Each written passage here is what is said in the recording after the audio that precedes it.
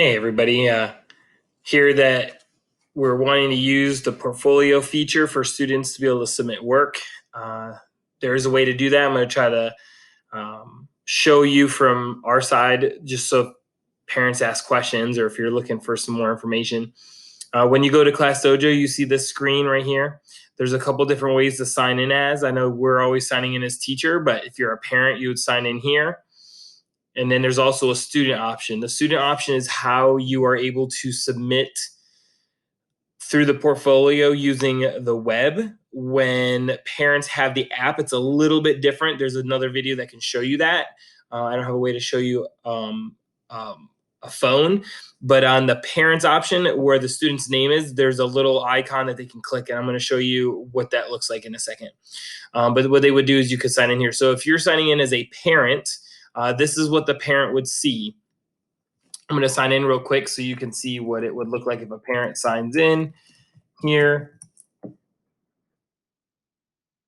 And this is what their page would look like. There's nothing really in here because I'm just using a demo page, but their student name is here. As you can see, there's no way to add any photos or see any documents for the portfolio.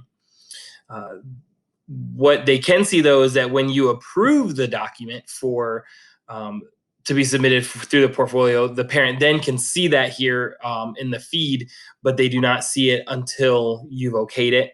But they cannot upload this way.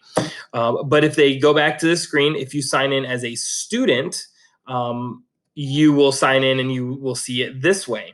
And this is where you're able to upload documents. As you can see, you can do a photo, you can do a video, you can draw on the screen with your mouse, you can attach a file, you can type in a journal. And in this area here, the students will actually see that you can upload anything, but you can also create specific assignments. So if you're creating your virtual learning plan and you know that there's an assignment that you want them to submit, you could have that assignment here, and the student would actually click on that assignment and then upload it if you want it to be organized that way. If they just randomly upload, that's fine too, but that's what it would look like. So I'm going to show you a little bit of what that might look like. It looks a little bit different on a phone, obviously, but they can have the same features of a photo, video, draw file. They can do the same things from their phone.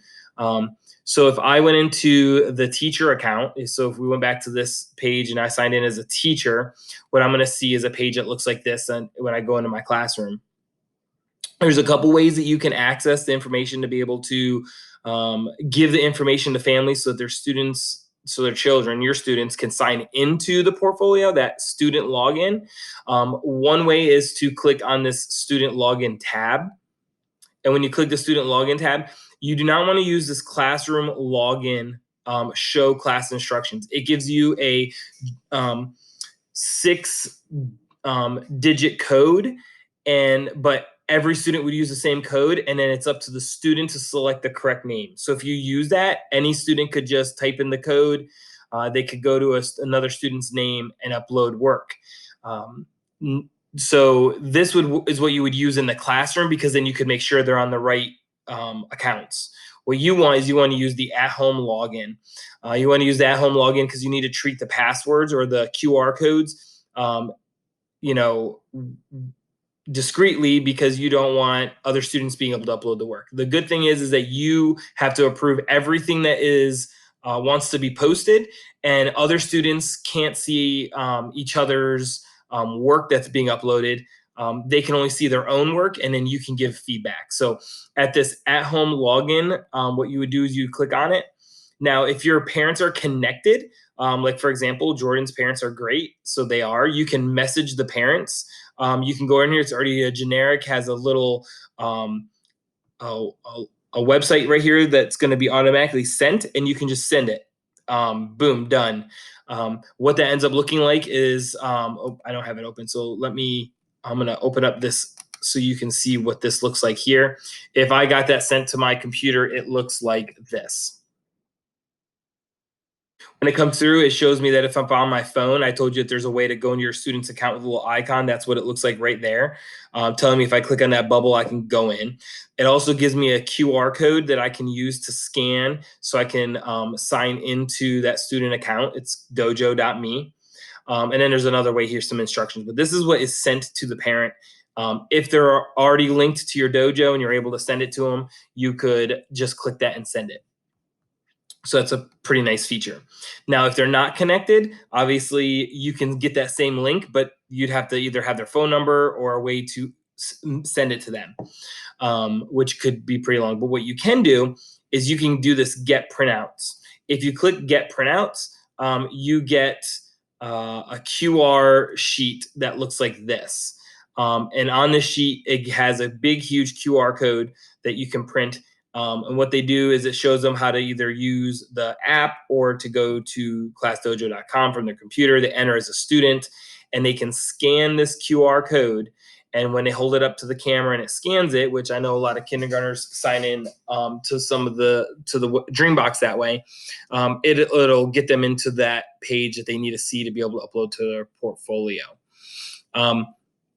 So if you have a parent, I would say, that isn't connected, it would be much easier to print these out and to mail them to the family, maybe with something typed up with some instructions or screenshots that you could pull off, sharing that if they want to upload any work, they could do it this way. And then they have the QR code right there for you. Obviously, it might be a little bit of work, and it's obviously having to put a stamp on an envelope, but that would be an easy way to go ahead and get them that QR code if they're not already linked. If they are linked, then you can just click that Message Parents tab, which is a really nice feature. Another thing that's really nice is if you don't click on that student login to get that information, you can also do it through Portfolios. In this Portfolios, you can click this student login, and it gets you to that same page that we were just on. In some of the videos, you'll see that you can create an activity. So let's say one of the activities this week was to, I don't know, maybe it was that you're studying the letter M and you wanted them to find 4 items in their house that had started with the sound, with the M sound. So what you could do here is you could label your activity name, M objects, and then you can type in here your instructions. And then you can ask them what they want. Do you just want them to text the entry in? Do you want them to make a video of it? Do you want them to take a photo of it? You have to select how they would want it. So let's say we want them to draw it and then send us a photo, right? Find 4 items that start with the M sound, right? So we assign it to the class. Now it's been assigned. And if you were a student, I'm going to see if I can reload this and see if you can see what it would look like from my page. And obviously, it's not going to let me. I have a way I can go in and see that real quick. Not what I was planning, but I'm going to show you real quick. If I was in this page and I told you not to use this classroom code, this is why you don't want to use it. So there's my classroom code. And if I go over here, I can do that. It's OVT. I can't remember it, HTK. And when I get here, I can select any student to link to, which I'm leaving it up to to trust families, which I wouldn't want to do. So I'm gonna select me. So you can see I have that objects here now. So if I was a student, I would see that on my phone or on the computer. I could start that assignment right here and go in, and I could take a picture and then submit that if I wanted to go ahead and do that. So it's just a little bit of so you can see how it's going on. There's probably going to be lots of questions, but that's the best that, to my knowledge, without having used it yet, the help that I could provide. So if you have any questions, Dojo has a lot of great videos on YouTube, but always feel free to reach out.